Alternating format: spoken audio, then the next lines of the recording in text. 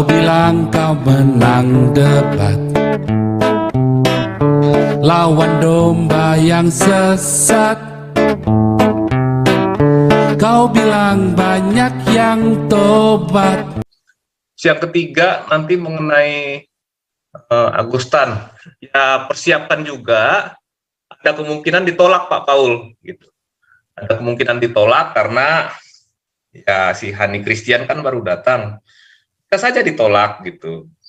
Jadi itu ya teman-teman nanti ya kalaupun ditolak ya kadang-kadang dalam bahasa Batak itu, saya terjemahkan ke bahasa Indonesia aja ya, sakit tangan kita meminta ketika tidak diberi, tapi lebih sakit lagi rasanya kalau tangan kita memberi tapi ditolak gitu Pak Paul gitu. Jadi itu juga nanti harus diantisipasi juga. Kira-kira itu aja Pak Paul. Mungkin ada yang mau ditambahin sama yang lain. Terima kasih. Kalau ditolak nggak apa-apa. Kalau ditolak nggak apa-apa, saudara ya, karena tidak semua niat baik kita itu orang berkenan kok. Tidak semua kita bikin baik orang berkenan, saudara ya. Disalahpahami, kita bikin baik. Nah, makanya salah satu untuk mengurangi kesalahpahaman, nanti SOP yang mau dibuat oleh Galarua, ya, itu supaya kita jangan bolak-balik menjawab fitnahan, apa segala macam ya. Bosen ya, bosen. Dan pamali, kita duit donasi itu pamali. Ya. Dut, Raja Uti. Shalom Pak Paul. Shalom Raja Uti. Iya asli. Wah, udah banyak sekali apa yang dikemukakan sama kawan-kawan semua ya. Kayaknya apalagi yang saya mau ngomongin ini. Oh iya, gini Pak Paul. Pertama saya mau lihat topik yang kita diskusikan hari ini. Artinya tentang apa? Tentang larangan ibadah. Saya kok jadi heran ya. Katanya ini zaman kemerdekaan, tapi kok kayaknya orang minoritas, orang Kristen tuh seperti dijajah. Ini kelihatannya ibadah aja nggak boleh, kan gitu. Lucu jadinya zaman sekarang ini. Zaman Belanda aja nggak ada kayak gitu. Zaman Jepang aja nggak seperti itu. Saya dengar dari opung saya nggak ada cerita-cerita begitu Pak Paul gitu. Pokoknya mau ibadah aja gitu. Kok sekarang ini sesudah merdeka kok malah kita yang terjajah gitu. Gimana itu Pak Santiamer? Apalagi sesudah adanya ini SKB 2 menteri ini. Saya ingat siapa itu ya pemimpinnya waktu itu dan partai. Jangan dicoblos lagi lah yang gitu-gitu untuk yang akan datang. Karena ya mereka membuat belenggu terhadap minoritas, terhadap orang-orang Kristen gitu. Udah berapa kali sudah yang mengajukan untuk judicial review untuk SKB 2 menteri, termasuk pengacara yang dari Mentawai yang pernah masuk ke sini Pak Paul, tapi gagal. Mereka juga sudah pernah maju. Kemudian juga Pak Buasa dan teman-teman juga sudah pernah ikut bareng mereka dulu untuk ini judicial review SKB 2 menteri ini.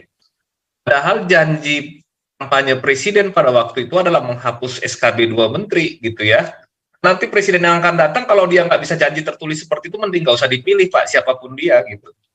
Mau dia nasionalis, mau dia apapun, kalau nggak bisa menghapus SKB, nggak mau janji ya jangan dipilih. Yang pertama. Nah yang kedua, persoalan yang berikut adalah mengenai donasi ini. Nah, bagaimanapun Pak Paul kita akui, basis donasi daripada Zoom-nya Pak Paul dan Galarua ini besar, basis donasinya besar. Jadi semua orang berusaha untuk mengambil basis donasi ini gitu ya.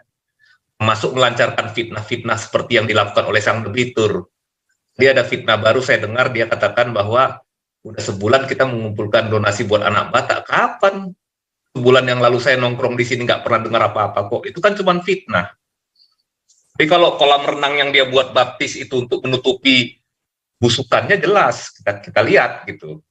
Menutupi penipuannya ya jelas. Bahwa donasi itu dipakai untuk kemewahan rumah pribadi dan kolam renang gitu ya. Nah, tetapi mereka akan selalu menyerang Zoom Pak Paul ini ketika mereka kekurangan uang gitu. Nah kemudian bukannya kita tidak mau bantuan anak Batak, tapi kalau ngelihat ini kayak semacam ini Pak Paul, permainan segitiga. Yang satu playing victim, seolah-olah ditinggalkan, kemudian cari simpati dari orang-orang yang lain termasuk Zoom-nya Pak Paul ini. Padahal mereka sebenarnya sama aja Pak Paul gitu. Nah, makanya ketika dihubungi nggak mau gitu, tetapi mau duitnya dari Zoom ini kan gitu kan, mau dananya. Nah, kan jadi sulit seperti itu gitu. Yang ketiga nanti mengenai Agustan, ya persiapkan juga, ada kemungkinan ditolak Pak Paul gitu.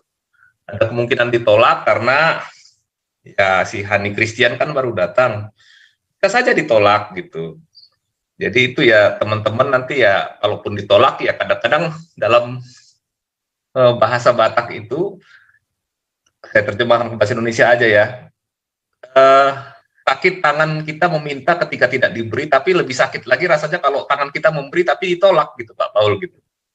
Jadi itu juga nanti harus diantisipasi juga. Kira-kira itu aja Pak Paul. Mungkin ada yang mau ditambahin sama yang lain. Terima kasih. Kalau ditolak nggak apa-apa. Kalau ditolak nggak apa-apa, saudara ya, karena tidak semua niat baik kita itu orang berkenan kok. Tidak semua kita bikin baik orang berkenan, saudara ya. Disalahpahami, kita bikin baik. Nah, makanya salah satu untuk mengurangi kesalahpahaman, nanti SOP yang mau dibuat oleh Galarua, ya, itu supaya kita jangan bolak-balik menjawab fitnahan, apa segala macam ya. Bosen ya, bosen. Dan pamali, cerita duit donasi itu pamali. Ya, kayak orang di gereja cerita duit kolektor ribut terus, itu pamali ya. Tuhan tidak berkenan juga ya. Makanya yang benar adalah ya bikin SOP. Jadi kita menawarkan, kita mengumumkan orang kalau mau tertarik biar dia daftar sendiri, ngisi formulir sesuai dengan SOP, itu yang benar. Yang paling benar itu yang begitu ya. Kalau di Eropa ini juga sama, misalnya di Belanda, misalnya saya butuh bantuan karena saya nganggur, saya sudah 3 bulan tidak bekerja. Saya harus ngisi formulir, pemerintah tidak akan datangin saya, kamu butuh bantuan enggak, ayo saya bantu, enggak kayak gitu. Tapi saya yang datang ke kantor Kemente, di Kemente saya ngisi formulir, saya butuh bantuan out kering, apa saja saya butuhnya, berapa sekarang uang yang saya dapatkan. Bahkan kalau saya bangkrut, saya bisa datang ke Kemente, saya bangkrut, utang saya misalnya nih 100.000 euro, nanti Kemente akan ngirim orang finance buat kita, orang akunting atau bookholder itu ya, bookholder itu buat membantu kita mengatasi bagaimana cara mencicilnya. Karena di sini kalau utang harus dicicil ya, dicicil ya. Terus kalau gitu kita kere dong, dicarikan rumah. Kalau rumahnya kita gede ya dijual, lalu kita pindah ke rumah sosial. Nah, kita daftar saudara ya, habis terus nanti utangnya dibantu, dicicil, dan kita dikasih kerjaan. Bahkan kalau misalnya mobilnya sudah habis semua, dibelikan mobil sama Kementerian, mobil yang kecil, yang harga mobil bekas yang harga sekitar 3.000 euro ya, atau 1.000 2.000 euro, saya nggak tahu, saya lupa ya itu budgetnya buat mobil. Lalu kita disuruh kerja, digaji, misalnya gajinya berapa, 3.000, nanti kita yang dari 3.000 itu nanti Kementerian semua yang ngatur buat kita, saudara. Pokoknya kita selalu kecukupan, kita bisa beli baju, kita tetap bisa makan enak, ya, tetap kerja, ya. Nanti berapapun ya kita kerja, pokoknya semakin cepat kita mencicil hutang itu, maka akan dapat kredit baru lagi dari bank, ya, sehingga kita bisa memulai usaha sendiri sambil tetap mencicilnya. Enak, saudara, luar biasa. Pak Santiamer dengan tim ini harus benar-benar pikirkan SOP-nya ini ya, supaya kita jangan mengundang fitnah dan bolak-balik kita jawabin beginian yang enggak perlu. Ya ini penting sekali ya. Kemarin mungkin Pak Santiamer besok kemarin, karena kemarin Pak SK ada kasih beberapa, bagus ya, ada pos-posnya sampai detail. Berapa uang buat makan, berapa uang buat anak-anak sekolah, berapa yang buat bayar BPJS. Lalu kalau kelebihan donasi itu diapain? Jadi nggak dibrukin semua, terus dia kaya raya begitu, bisa beli BMW baru, ya kayak kemarin sih kasusnya KC 1,5 miliar katanya. Kalau kita sih ngumpulin 400 juta yang udah pasti ya, yang ada di rekening Saifuddin sesuai pengakuan dia pertama kali ada 400 juta ya, dikumpulin cuma 2 minggu itu, saudara ya.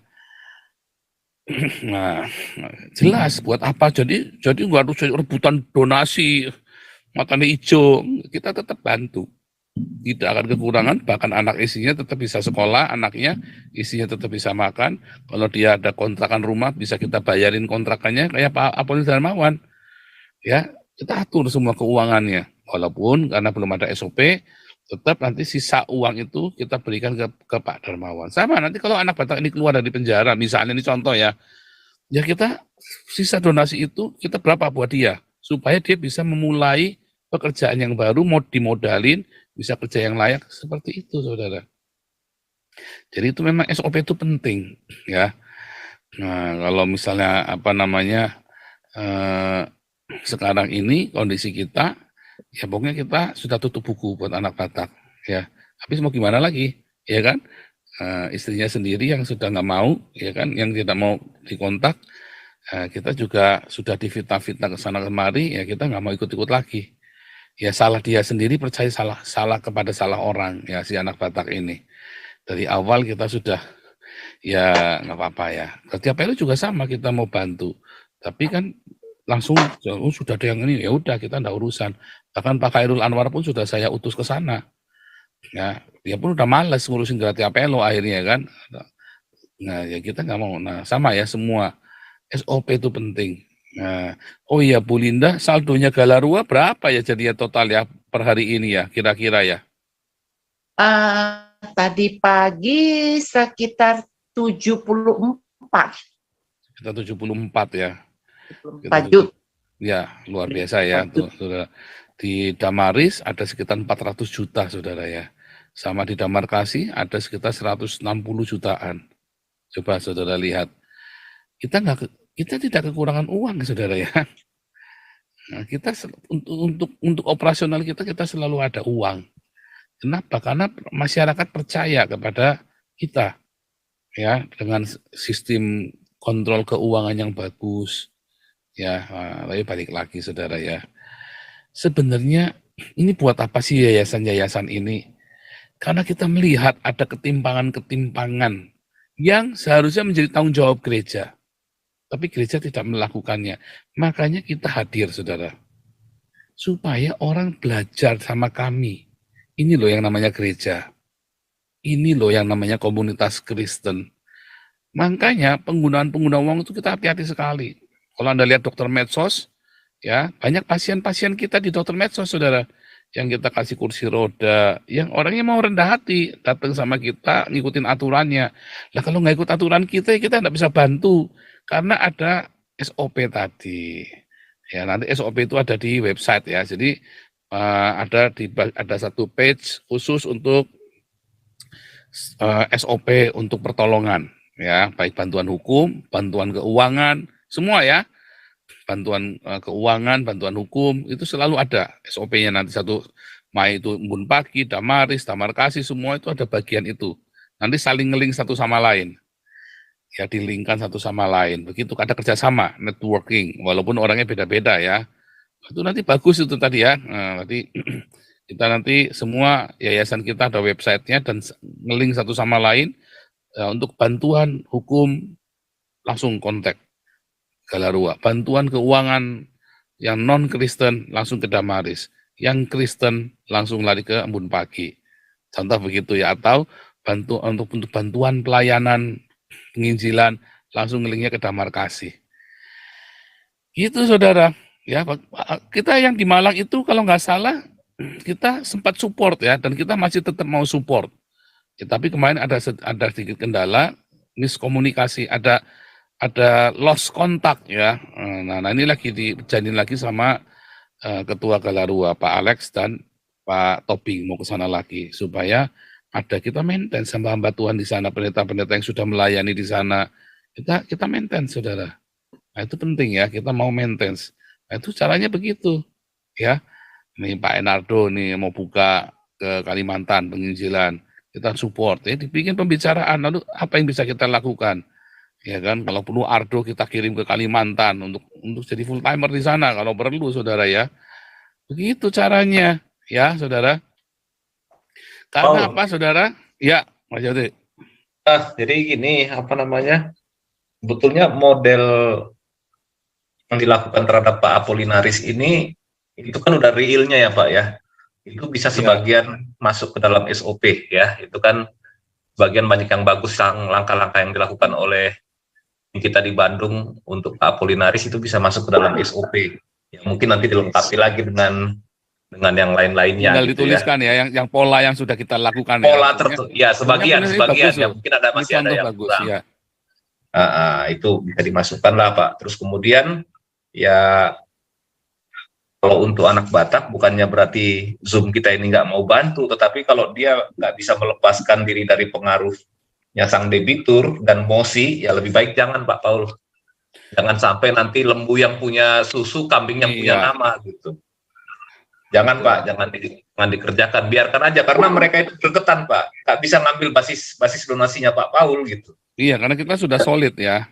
Udah solid. Para Jadi di sini tuh donatur sudah solid dengan kita semua ya. para donatur, para diaken itu udah solid. Jadi begitu misalkan di Zoom ini bilang tidak, yang lain nggak akan ada yang mau turun Pak, udah pasti itu. Nah itu yang mereka bikin penasaran. Jadi mau fitnah apapun, tetap ini nggak tergoyahkan Zoom ini gitu. Itu kira-kira Pak Paul. Karena Zoom ini milik orang banyak, saudara ya. Aktivisnya banyak, pengambil keputusannya juga banyak. Semua orang di sini punya kepentingan satu, untuk bisa memberkati Indonesia. Ya, jadi kita sangat berhati-hati dan ini bukan punya saya, tapi kita punya rame-rame. Waktu itu Layar Teologi pernah menjelaskan dengan bagus sekali ya. Jangan salah, Zoom-nya Joseph Paulusang itu bukan punya dia sendiri dan bukan dia sendirian. Dia itu seluruh komunitas ada, semua jenis, segala level ada di situ, masing-masing ada jamnya sendiri-sendiri. Jadi kalau bilang mau nutup Zoom-nya Paul, yang mana nih yang mau ditutup nih? Ya kan? Yang mana yang melanggar hukum? Wah, harus satu, ya kan? Ya, Pak SK.